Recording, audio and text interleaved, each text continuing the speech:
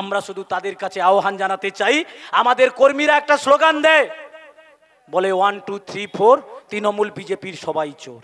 বলে তো আমাদের কর্মীরা স্লোগান দেয়, বলে 1 2 3 4 তৃণমূল বিজেপির সবাই চোর। আমরা বলি এই স্লোগান দেবেন না, কারণ তৃণমূল বিজেপির সবাই চোর হতে পারে না, তৃণমূলের সবাই চোর হতে পারে না, বিজেপির সবাই দাঙ্গাবাজ হতে পারে না। তৃণমূল বিজেপিতে অনেক ভালো মানুষ আছে যারা নীতি নৈতিকতাতে বিশ্বাস করে, তৃণমূল বিজেপিতে অনেক ভালো মানুষ আছে যারা গণতন্ত্রে বিশ্বাস করে, তৃণমূল বিজেপিতে অনেক ভালো মানুষ আছে যারা ধর্মনিরপেক্ষতাতে বিশ্বাস করে। আমি তৃণমূল বিজেপির সেই ভালো মানুষগুলির কাছে বিনয়ের সঙ্গে আবেদন জানাতে চাই, 34 বছরে চলার পথে আমাদের ভুল ত্রুটি, আমাদের নেতৃত্বের আচার আচরণে আপনি কোথাও আঘাত পেয়েছেন, কষ্ট পেয়েছেন, আমাদের থেকে দূরে সরে আছেন। আমরা যারা এই প্রজন্মের ছাত্র যুব সমাজ, আমরা যারা আপনাদের কাছে পুত্র সম, আমরা বিনয়ের সঙ্গে আপনাদের কাছে আবেদন জানাতে চাই, ঘরে ফিরে আসুন, ঘরে ফিরে আসুন। এ পূর্ব মেদিনীপুর মাধ্যমিকে শিক্ষার হারে প্রথম ছিল, পাশের হারে মাধ্যমিকে প্রথম ছিল।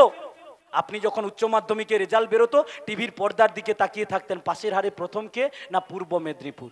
আজকে যে পূর্ব মেদিনীপুর মাধ্যমিকে পাশের হারে প্রথম, উচ্চ মাধ্যমিকে পাশের হারে প্রথম, সেই পূর্ব মেদিনীপুরটা আপনি জেনেছেন কি মদ বিক্রিতে এখন প্রথম হয়েছে সারা রাজ্যের মধ্যে। কোথায় আছেন আপনি? আমি বলছি না, খবর কাগজ, পেপার, পত্রিকা, মিডিয়াতে দেখিয়েছে। এ তো বিদ্যাসাগরের মেদিনীপুর, যে মেদিনীপুরের জন্য এতদিন গর্ববোধ করতাম, সেই মেদিনীপুরটা এখন মদ বিক্রিতে প্রথম স্থান অধিকার করবে। প্রতিবাদ করবেন না, প্রতিবাদ করবেন না। আরে 77 সালে যখন বামপন সরকার আসে, জ্যোতি বসু রাইটার্সে পা রাখার পর প্রথম বলেছিল যে রাইটার্স থেকে সরকার পরিচালনা হবে না, গ্রামে গ্রামে সরকার গড়ে উঠবে, ক্ষমতার বিকেন্দ্রীকরণ হবে, গরিব মানুষের হাতে ক্ষমতা যাবে। গড়ে উঠলো পঞ্চায়েতি ব্যবস্থা। জোরদার জমিদারদের কাছ থেকে জমি কেড়ে নিয়ে গরিব মানুষের হাতে এক টুকরো জমি দিল। এক টুকরো জমি দিয়ে শান্ত হয়ে যায়নি, সেচের ব্যবস্থার মাধ্যমে এলাকায় এলাকায় জল পৌঁছালো। 1 ফসলা জমি থেকে 2 ফসলা থেকে 3 ফসলা জমি হলো। মানুষ যখন আস্তে আস্তে এগোতে শুরু করলো, বামপন সরকার বুঝেছিল যে অশিক্ষার অন্ধকারে ডুবে আছে বাংলা, শিক্ষার আলোকে নিয়ে যেতে হবে। দ্বাদশ শ্রেণী পর্যন্ত বিনা বেতনে পড়ার সুযোগ, 8ম শ্রেণী পর্যন্ত বিনামূল্যে বই। এ বাংলার মাটিতে, এই মেদিনীপুরের মাটিতে দাঁড়িয়ে বাপ কাকারা আমাদেরকে গল্প শোনাতো, যখন মানুষ সই করতে পারতো না, সাক্ষরতা প্রসার সমিতির নাম ধরে এলাকায় এলাকায় মানুষকে স্বাক্ষর করাতে শেখাতো। আর বাপ কাকারা গ্রামের দেওয়ালে দেওয়ালে লিখতো, বিদ্যাসাগরের মেদিনীপুর নিরক্ষরতা করব দূর। হ্যাঁ কি না? বাপ কাকারা লিখতো তো দেওয়ালে দেওয়ালে, অশিক্ষার অন্ধকার থেকে মেদিনীপুরকে সামনের দিকে এগিয়ে নিয়ে যেতে হবে। তার জন্য গ্রামের দেওয়ালে দেওয়ালে লিখেছিল, বিদ্যাসাগরের মেদিনীপুর নিরক্ষরতা করব দূর। আজকে আপনি সেই পাড়ার মোড় ধরে গ্রামের ভেতরে ঢুকে যান, দেওয়ালটা সেই আছে। সেদিন যে বাপ কাকারা লিখেছিল বিদ্যাসাগরের মেদিনীপুর নিরক্ষরতা করব দূর, আজকে সেই গ্রামের দেওয়ালে লেখা আছে বিদ্যাসাগরের মেদিনীপুর ভাকু তেলে ভরপুর। পাড়ার মোড়ে মোড়ে মদ আর মাংস, মদ আর মাংস, মদ আর মাংস। আপনি জানেন এই পশ্চিমবাংলার মাটিতে 4 লক্ষ মাধ্যমিক পরীক্ষার্থী কমে গেছে, 8200 প্রাইমারি স্কুল বন্ধ হয়ে গেছে। আপনি তৃণমূল বিজেপির কারোর কোনো আছে কিছু? কেউ কখনো বলছে কিছু? কারোর কিচ্ছু যায় আসেনি। তাদের কি যায় আসবে? ধরুন তৃণমূলের কথায়, তৃণমূলের কি যায় আসে? 4 লক্ষ মাধ্যমিক পরীক্ষার্থী কমে গেছে, কিচ্ছু যায় আসে না। 8200 প্রাইমারি স্কুল, তার মধ্যে আমাদের 303টে প্রাইমারি স্কুল আছে আমাদের জেলাতে। এত স্কুল বন্ধ হয়ে গেছে, তাতে তৃণমূলের কিচ্ছু যায় আসে না। কেন যায় আসবে? কারণ তারা তো জানে 21,000 মদের দোকান তো পশ্চিমবাংলাতে খোলা হয়েছে। দিদি কিছু করুক আর না করুক, 11 সাল থেকে 24 সাল পর্যন্ত 21,000 মদের দোকান আমার পশ্চিমবাংলার মাটিতে খুলে দিয়েছে। তারপরে দিদি ঘটা করে ঘোষণা করে দিয়েছে, বলে 50 টাকা দিয়ে আর মদ কিনতে হবে না, এবার 50 টাকার মদ 28 টাকার ছোট ছোট পাউচে বিক্রি হবে। ঘোষণা করেছে না? পেপার পত্রিকা মিডিয়ায় আপনি দেখেছিলেন, বলে 50 টাকার মদ এখন 28 টাকার পাউচে বিক্রি হবে। যেই বলল যে 28 টাকার পাউচে বিক্রি হবে, কি আনন্দ, কি আনন্দ! পাড়ায় পাড়ায় ডিজে বাজছে, মাইকে গান বাজছে। বলে দিদিমণি, বলে 28 টাকায় মদ পাই, দিদিমণি তোমায় চাই, কম পয়সায় নেশা হবে, এসো বন্ধু খেলা হবে। খেলা হবে, খেলা হবে বলে কেমন খেলা দেখছেন পশ্চিমবাংলার মাটিতে? 8 থেকে 80 বছরের মহিলা এই বাংলার মাটিতে ধর্ষিতা হচ্ছে, নির্যাতিত হচ্ছে, লাঞ্ছিত হচ্ছে। বকটুইতে একটা পরিবারকে বাড়ির মধ্যে ঢুকিয়ে জীবন্ত পুড়িয়ে মেরে দিচ্ছে। বোমের কারখানাতে আগুন লেগে গিয়ে বিস্ফোরণ হয়ে আমার আপনার পরিবারের ছেলে মেয়েগুলো মারা যাচ্ছে। কেমন খেলা দেখছেন পশ্চিমবাংলার মাটিতে? এই খেলার প্রত্যাশা করেছিলেন? প্রতিবাদ করবেন না? প্রতিবাদ করবার সময় এসছে। এই মদের ফোয়ারা কেন? কারণ একটাই, তৃণমূল চায় আমার আপনার পরিবারের ছেলেগুলোকে মদ খাইয়ে মাতাল বানিয়ে রাখতে। কারণ কি, মদ খাইয়ে যদি মাতাল বানিয়ে রাখতে পারে তাহলে ও চাকরির দাবি করবে না, ও কাজের দাবি করবে না, ও অন্যায়ের বিরুদ্ধে প্রতিবাদ করবে না। তাই আমার আপনার পরিবারের ছেলে মেয়েদেরকে যারা মাতাল বানিয়ে রাখতে চাইছে তাদের বিরুদ্ধে এই লড়াইটাতে আরও বেশি মানুষকে সংগঠিত করে প্রতিবাদ করবার জন্য আপনাদের কাছে আহ্বান জানাতে এসেছি আপনাদের কাছে। এই লড়াইটা শুধু কেবলমাত্র এই তৃণমূল বিজেপি এই ব্যাপারে নয়, এই লড়াইটা একাধারে আমার দেশের সংবিধান রক্ষা করবার লড়াই। এই লড়াইটা, এই যে বিজেপি বারে বারে বলছে 400 পার করতে হবে, কেন বলছে জেনে রাখুন। বিজেপি বলছে 400 পার করতে, কিন্তু ওরা 396টা আসনে প্রার্থী দিয়েছে, বাকিগুলোতে এনডিএর অন্যান্য শরিকরা দিয়েছে।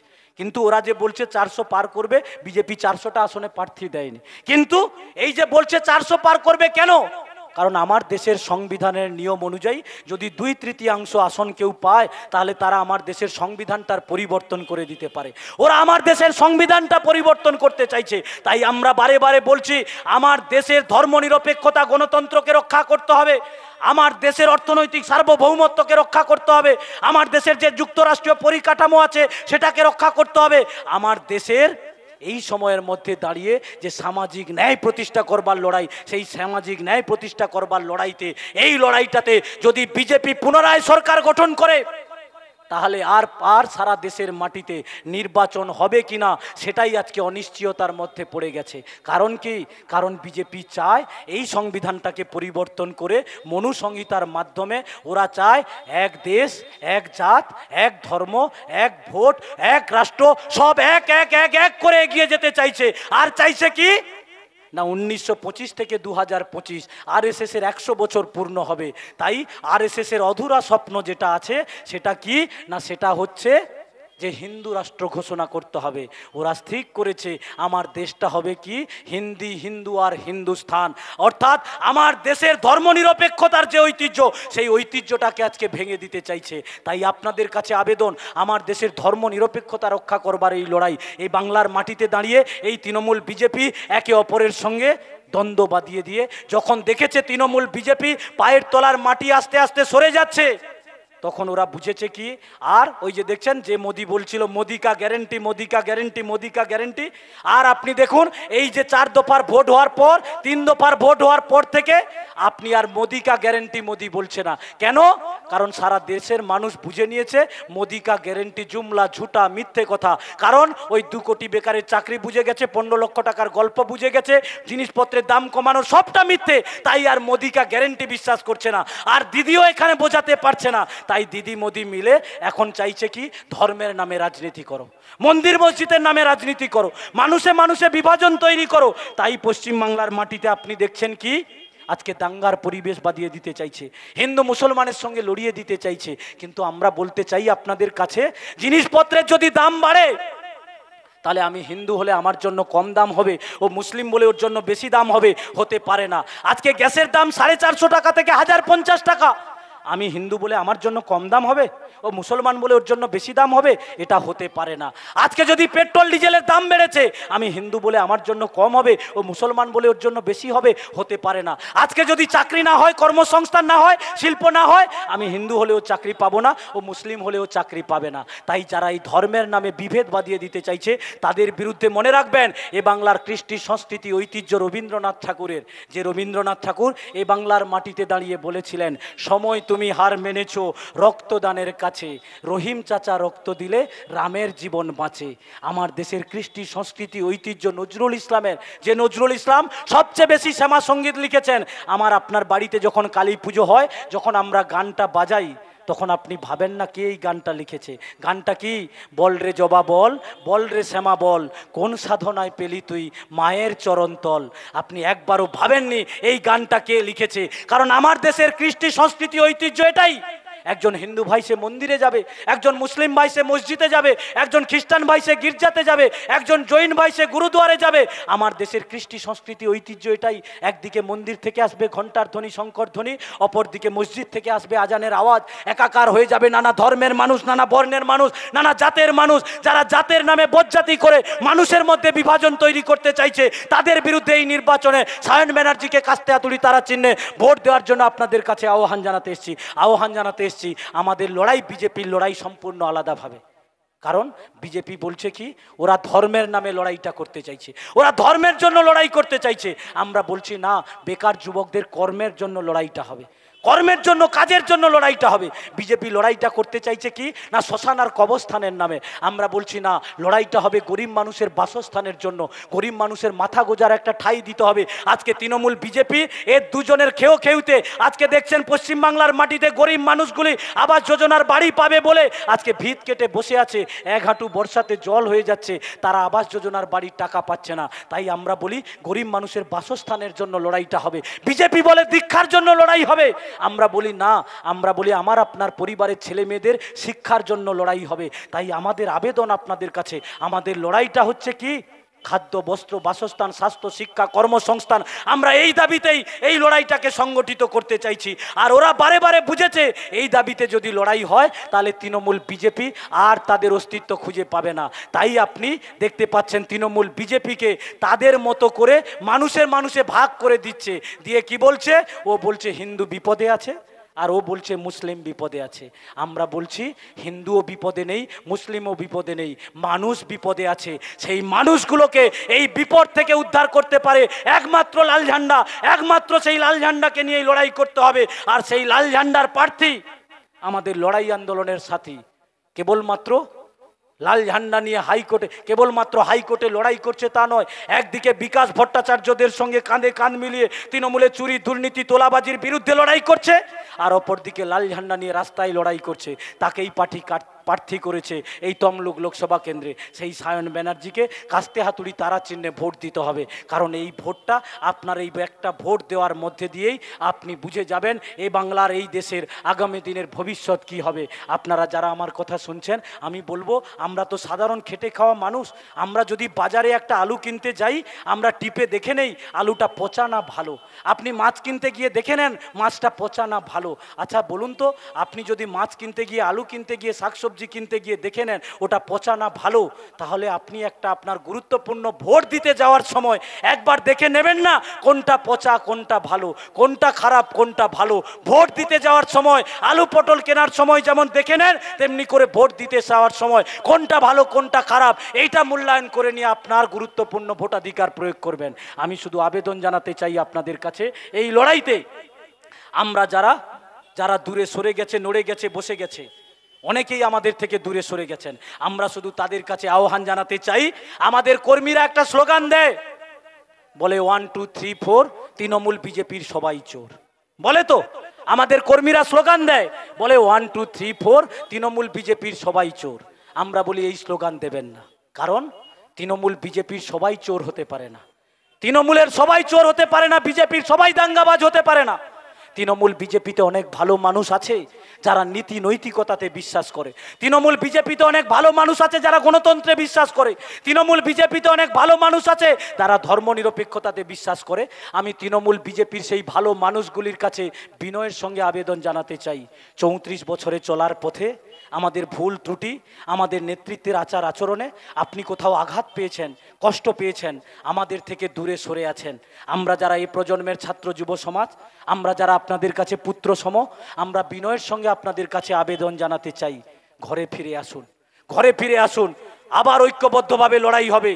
যাদের সঙ্গে আছেন তারা কখনোই আপনাদের সম্মান দিতে পারে না, আর তারা কখনোই গরিব মানুষের জন্য লড়াই করতে পারে না। তাই গরিব মানুষের জন্য যদি লড়াই করতে হয় তাহলে লাল ঝান্ডাই একমাত্র পথ। আর সেই লাল ঝান্ডার ছত্রছায়ায় আপনাদেরকে ফিরে আসার জন্য আবেদন করছি, আসুন ঘরে ফিরে আসুন, আবার ঐক্যবদ্ধভাবে লড়াই হবে। সেই লড়াইতে অভিভাবক হিসেবে আপনারা আমাদের পাশে থাকবেন, আমাদের আশীর্বাদ করবেন, দোয়া করবেন। আমরা অনেক প্রতিকূলতা, প্রতিবন্ধকতার মধ্যেও আজও পর্যন্ত লড়াইটা চালিয়ে যাচ্ছি।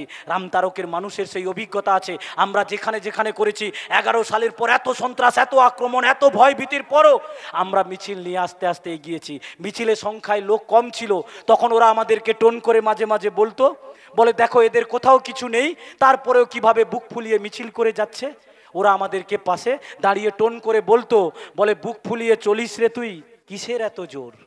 ওরা পাশে দাঁড়িয়ে আমাদেরকে বলতো, বলে বুক ফুলিয়ে চলিস রে তুই, কিসের এত জোর। আমরা ঘুরিয়ে উত্তর দিতাম, সিপিএম করি দাদা, কেউ বলে না চোর। কেউ চোর বলে না আমাদেরকে। এই গর্ব নিয়েই লাল ঝান্ডাটা করেছি।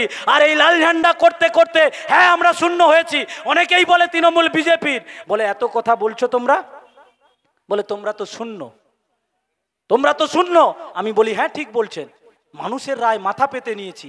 হ্যাঁ এটা ঠিক যে আমরা বিধানসভাতে শূন্য, এটা যেমন ঠিক আমরা বিধানসভাতে শূন্য, তেমনি এটা মাথায় রাখবেন আমরা চোরেদের তালিকাতেও শূন্য, কয়লা পাচারের তালিকাতেও শূন্য, গরু পাচারের তালিকাতেও শূন্য, জেলখাটা আসামিদের তালিকাতেও শূন্য।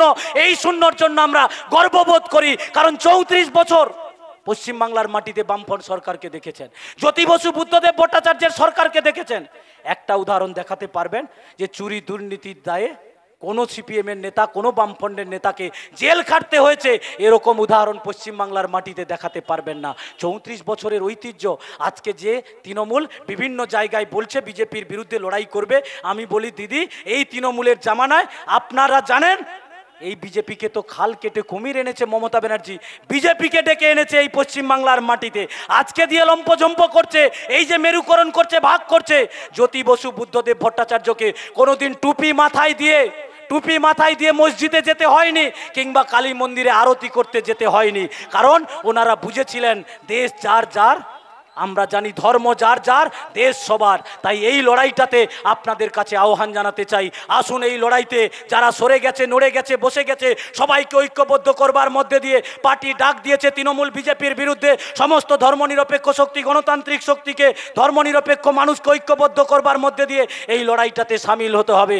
আর সেই লড়াইটাতে সামিল হওয়ার 1 নম্বর শর্ত হচ্ছে কি, এই তমলুক লোকসভা কেন্দ্রে বামফ্রন্ট মনোনীত জাতীয় কংগ্রেস সমর্থিত সিপিআইএম প্রার্থী কমরেড সায়ন ব্যানার্জিকে কাস্তে হাতুড়ি তারা চিহ্নে ভোট দিয়ে বিপুল ভোটে জয়যুক্ত করবেন। এই আশা প্রত্যাশা রেখে আপনাদের ধন্যবাদ, অভিনন্দন, লাল সালাম, কৃতজ্ঞতা জানিয়ে আমার কথা শেষ করছি। ইনকালাব জিন্দাবাদ, বাম কংগ্রেস ঐক্য জিন্দাবাদ। আপনাদের সবাইকে ধন্যবাদ।